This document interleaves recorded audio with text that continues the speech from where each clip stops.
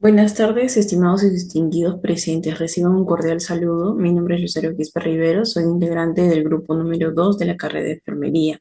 Les invitamos a reflexionar sobre una frase motivadora sobre el machismo de Nelson Mandela. La libertad no se puede lograr a menos que las mujeres se hayan emancipado de todas las formas de opresión. Freedom cannot be achieved unless women have been emancipated from all form of oppression. El día de hoy justificamos el ensayo argumentativo del machismo en relación con la obra Fabla Salvaje. En este trabajo abordaremos varios aspectos fundamentales, como es la biografía de César Vallejo, el entorno social, la entrevista que también realizaremos a un docente y también para finalizar la presentación de una historieta basada en temas de estudio. A continuación, planteamos la siguiente pregunta. ¿El machismo es una conducta aislada o herencia cultural? Analizaremos esta interrogante porque en el Perú la presencia constante de casos de violencia y las numerosas víctimas por razones de género evidencia un sistema social profundamente marcado por el machismo. Bueno, justificamos nuestro tema. El problema no surge de manera individual o causal, sino que es consecuencia de patrones culturales arraigados, de la impunidad frente a los agresores, de la falta de educación e igualdad, de la normalización de conductas violentas dentro de los hogares, escuelas y la sociedad. En esta ocasión, han generado un aumento altamente de feminicidios, agresiones físicas y psicológicas hacia la mujer, ¿no? Siendo más vulnerable, junto a una atmósfera social marcada por el miedo y la desigualdad.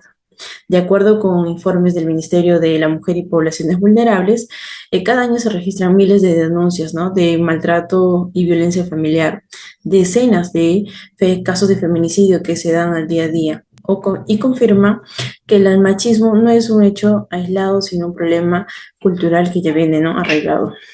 Bueno, me presento, mi nombre es Edson Jares y hoy quiero compartir algunos datos poco conocidos sobre César Vallejo, porque normalmente solo escuchamos que fue un gran poeta peruano, pero su vida obtuvo detalles que explican mucho de su sensibilidad y de sus obras. César Vallejo tuvo experiencias poco conocidas que influyeron profundamente en sus obras. Trabajó como cajero en una hacienda azucarera, donde presenció la explotación de trabajadores indígenas, lo que despertó su sensibilidad social. Antes de ir a Francia pasó un tiempo en España, donde participó en tertulias y convivió en un ambiente intelectual de Madrid, fortaleciendo su visión del arte comprometido. Su identidad combinaba raíces vascas e indígenas, algo que marcó su estilo literario.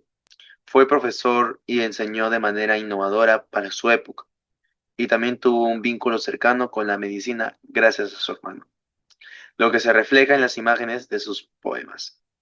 Además, viajó a la Unión Soviética para conocer de cerca el socialismo, escribió crónicas sobre ello y en París vivió con muchas dificultades económicas.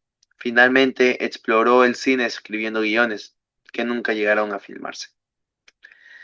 Y finalmente, hasta hoy, no se sabe con certeza de qué murió. La causa sigue siendo un misterio. Lo curioso es que su famoso verso, Me moriré en París con aguacero, terminó siendo profético. Después de su muerte, su esposa Georgette se encargó de proteger todos sus manuscritos y gracias a ella hoy podemos leer libros como Poemas Humanos, etc. En resumen, Vallejo no solo fue un poeta brillante, sino una persona atravesada por la injusticia, la pobreza, la sensibilidad humana y la búsqueda constante de nuevas formas de expresión. Creo que conocer estos datos nos permite entenderlo de una manera más profunda. Le doy el pase a mi siguiente compañero. Para continuar con el desarrollo de este audiovisual, presentaré el contexto histórico, social y literario de Fabla Salvaje, así como una breve argumento de la obra. Para empezar, César Vallejo escribió Fabla Salvaje, viviendo en un Perú marcado por profundas desigualdades sociales. En las primeras décadas del siglo XX, la sierra peruana vivió una fuerte tensión entre autoridades locales, abusos de poder, condiciones extremas y una realidad rural donde la violencia era totalmente normal. Este ambiente formó parte de la vida de César Vallejo, quien creció observando injusticias y relaciones humanas marcadas por la desigualdad estructural. En el plano literario, Fábula Salvaje pertenece a la narrativa indigenista temprana, que es una corriente que buscaba visibilizar la vida de los pueblos andinos y denunciar las desigualdades que éstas enfrentaban. Vallejo, durante la obra Fábula Salvaje, adopta un estilo que narrativo, simbólico y emocional, caracterizado por un lenguaje intenso, crítico y profundamente humano. No solo retrata hechos, sino también la emoción que los originan, los celos, frustración, violencia y posesión. En cuanto al argumento, la obra narra el conflicto entre Belta y Griselda, que son dos personajes atrapados en una dinámica violenta, que se refleja como el machismo. En cuanto, aunque esta obra fue escrita ya hace un siglo, nos permite comprender que el machismo y la violencia no son hechos aislados, sino más bien es una herencia cultural que se va transmitiendo de generación en generación. Por eso, analizar Feroz Salvaje es clave para poder entender la raíz del problema que abordamos en nuestro ensayo. A continuación se va a presentar 3 escenas del cuento Fábula Salvaje donde se observan situaciones de abuso de poder y actos injustos entre los personajes, los cuales muestran cómo la violencia y el machismo pueden formar parte de la vida cotidiana. En esta primera escena, Balta la saca del cuarto sin escucharla ni dejar que hable. Adelaida solo llora y se lamenta en voz baja porque no puede defenderse. Adelaida dice: ¿qué he hecho yo? Me bota de ese modo. Adelaida murmura sus quejas y llora en silencio. En esta parte del cuento se nota que Adelaida no puede expresar ni explicar lo que siente. Su opinión no tiene importancia para Balta, quien la trata sin importancia y como si fuera inferior. Esta escena muestra abuso de poder porque Balta actúa sin respeto hacia ella. En el segundo lugar, se muestra una escena donde Balta ignora completamente a Adelaida. Adelaida dice: ¿qué he hecho yo para que me trate así y me bote? ¡Ay, Dios mío! Se ve que Adelaida sufre en silencio, sintiendo un dolor emocional. En esta escena se muestra una clara desigualdad porque la opinión de Adelaida no tiene importancia para Balta. Ella se queda en silencio y acepta la situación mientras él mantiene el control sin tomar en cuenta sus sentimientos. Finalmente, aparece una escena donde la violencia emocional aumenta debido a los celos de Balta.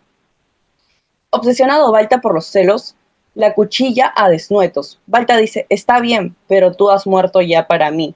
En esta escena, Balta usa palabras muy fuertes para herir a Adelaida y hacerla sentir como si ya no valiera nada. Menos. Aquí se nota una gran injusticia porque ella recibe un trato violento sin haber hecho nada para merecerlo. En estas 3 escenas se muestran que Fábula Salvaje no solo narra una historia, sino que también refleja situaciones de abuso, desigualdad y maltrato hacia la mujer. A través de estas acciones se evidencia cómo el machismo puede normalizar comportamientos violentos dentro de una relación. Continuando con la explicación, vamos con la descripción y análisis de la problemática, planteada en nuestro caso de ejemplificación, estableciendo su relación directa con el objetivo de desarrollo sostenible número 10, y es que conectando con la visión de César Vallejo en su novela Fábula Salvaje sobre cómo la desigualdad social detona conflictos y es necesario aterrizar esta teoría en nuestra realidad actual. Para entender la magnitud del problema, como equipo, nuestra postura es firme. La violencia machista no son solo casos aislados de locura individual, sino el resultado de una estructura cultural y educativa deficiente, como sigue vigente en el Perú. Para sustentar esto, analicemos el caso más alarmante que presentamos en nuestro ensayo, la situación en Cusco. Según el reporte de Amnistía Internacional Perú del año 2025, esta región se ha posicionado drásticamente como la segunda con mayor violencia, después de Lima. Las cifras son frías pero reveladoras. Son 162 feminicidios ocurridos en el país, 15 sucedieron allí. Pero lo más grave es que lo reportaron como 800 casos de violencia sexual, donde el 60% de las víctimas fueron niñas y adolescentes menores de edad. Este dato es crucial para nuestro argumento de ejemplificación, porque demuestra que el machismo no discrimina edad y funciona como una herramienta de poder cruda que vulnera sistemáticamente los derechos humanos. Pero la violencia no siempre es física, también es silenciosa y controladora. Esto se evidencia rescate en Lambayeque con una ciudadana mexicana y sus hijas, víctimas de la violencia psicológica y económica. Un caso que refuerza que el gobierno y el MINSA reportaron en 2024 que la mitad de las mujeres, más del 48.9%, sufren violencia psicológica por parte de su pareja.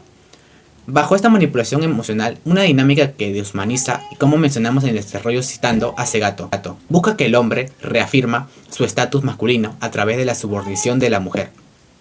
Todo este panorama se relaciona directamente con el ODS número 10, reducción de las desigualdades. El machismo, por definición, una barrera para este objetivo. No podemos hablar de reducción de desigualdades en un país donde estructuralmente se enseña y legitima el dominio de un género sobre otro. Mientras estas cifras en Cusco y Lambayeque persistan, el ODS número 10 no se cumplirá, porque la violencia de género es la manifestación más clara de una inequidad social que lamentablemente seguimos heredando y permitiendo como sociedad. Buenas tardes, docente, buenas tardes, compañeros. En esta oportunidad tengo el placer de entrevistar al docente Anthony Valdivia, soy docente de la Escuela de Administración y Negocios Internacionales. ¿Qué tal, querido docente? Muchas gracias por su valioso tiempo en este momento. Y bueno, vamos a entablarnos la relación un poco con el tema del machismo, ¿no?, que se está surgiendo tanto en el Perú y cómo también puede abarcar en nuestro centro de estudios, en la universidad. Sí. La pregunta es en relación al machismo que se vive acá actual en el Perú y también en relación en nuestro centro universitario. ¿Qué opinión de usted podría brindarnos? Bueno, realmente yo estoy en contra del machismo. Creo que tanto mujeres como hombres tenemos las mismas oportunidades, aunque también es un tema muy crítico, muy álgido, ¿no?, muy sensible. Pero hoy en día está demostrado que tanto el hombre como la mujer tenemos las mismas capacidades, las mismas cualidades como para poder sobresalir, ¿no? Aunque en nuestro país, lamentablemente, todavía hay algunos que otros sectores en los que todavía predomina lo que es el machismo, sobre todo en la parte sierra, selva de nuestro país, por lo mismo de la cultura, ¿no? Entonces esto se ha venido trasladando generación tras generación, pero al menos en Lima poco a poco esto, en otras partes del Perú sobre todo, he visto de que se haga de lado a la mujer, ¿no? Todo lo contrario, sino que incluso nuestra universidad, ¿no?, está liderada por mujeres. La gerente general, la directora académica son nuestra coordinadora de escuela de Administración y Negocios Internacionales, mujeres, ¿no? Entonces eso es un indicador, eso es una muestra de que la mujer tiene muchas cualidades, aunque también pues necesita de los hombres, ¿no? También está por otro lado el otro pensamiento del feminismo, ¿no? Pero referente al machismo, bueno, creo que no es algo que debería de acabarse, ¿no? Y poco a poco se ha visto demostrado que ambos géneros tenemos las mismas capacidades y cualidades para poder lograrlo. Claro, me parece muy interesante su punto de vista, doctor. Y bueno, agradecerle de verdad, sinceramente, por su tiempo. Y bueno, muchas gracias por el conocimiento aportado. Gracias. Muy bien, gracias. Bueno, para continuar, me corresponde presentar la infografía y la historieta que fue elaborada por parte de mi equipo como parte del componente audiovisual. Aunque nuestro ensayo se centra en lo que vendría a ser el machismo como herencia cultural, decidimos completar este análisis con recursos gráficos que abordan otra manifestación de desigualdad, que vendría a ser la corrupción. Ambos problemas, aunque son distintos, comparten una raíz en común, que vendría a ser el mal uso de poder y la normalización de prácticas que afectan directamente a nuestro bienestar. En primer lugar, tenemos la infografía, que trata sobre la corrupción. Esta infografía presenta de una manera clara su concepto, sus causas principales y las consecuencias de la corrupción. Como pueden ver, tenemos un ejemplo del caso Odebrecht, que es un caso de corrupción, un escándalo de corrupción acá en Perú, y pues bueno, sonó mucho. Por otro lado, tenemos la historieta que se titula Diplomacia de Bolsillo. Es una sátira hacia los políticos, hacia los hermanos Colacho. Como pueden ver, ellos aparentan que van a trabajar por el pueblo, pero lo que en realidad es que están ocultando sus intereses personales que directamente nos van a afectar a nosotros como ciudadanos. Bueno, el mensaje central de estos dos recursos audiovisuales es básicamente la desigualdad que puede tomar múltiples formas, desde la violencia basada en género hasta la corrupción. Al incluir estas piezas gráficas buscamos que la audiencia comprenda que los problemas sociales no existen de manera aislada, sino al contrario, estas se entrelazan y se fortalecen mutuamente. Finalizar este audiovisual, es importante realizar una síntesis de lo presentado por mis compañeros. En primer lugar, conocimos aspectos biográficos relevantes y poco conocidos de César Vallejo, entendiendo cómo su vida marcada por la pobreza, la injusticia y la sensibilidad social influyó en su obra. Luego, se explicó el contexto histórico, social y literario del cuento, así como su argumento principal, evidenciando cómo las desigualdades y los conflictos humanos están en el centro de la narrativa. También se analizaron escenas claves de discriminación, abuso de poder y deshumanización dentro del relato, las cuales reflejan no solo realidad ficticia del texto, sino también problemáticas que siguen presentes en nuestra sociedad actual. Más adelante, conectamos estas situaciones con casos reales expuestos en el ensayo, relacionándolos con el ODS 10 y demostrando cómo la violencia y la inequidad continúan afectando a miles de personas hoy en día en el Perú. Finalmente, se presentaron las de producciones visuales como la infografía y la historieta, que permitieron reforzar y representar de manera creativa el mensaje central de nuestra investigación. En conclusión, la obra de César Vallejo y los análisis realizados nos muestran que la desigualdad y la estructura social que seguimos reproduciendo como reflexión, debemos reconocer que la transformación social empieza por cuestionar estas dinámicas injustas y por asumir un compromiso real de nuestros hogares, nuestras escuelas y sobre todo nuestras comunidades. Como recomendación final, invitamos a promover una cultura basada en el respeto, la igualdad y la empatía, a denunciar toda forma de violencia y a trabajar juntos para construir un país donde los derechos humanos sean garantizados por todos y por todas. Muchas gracias.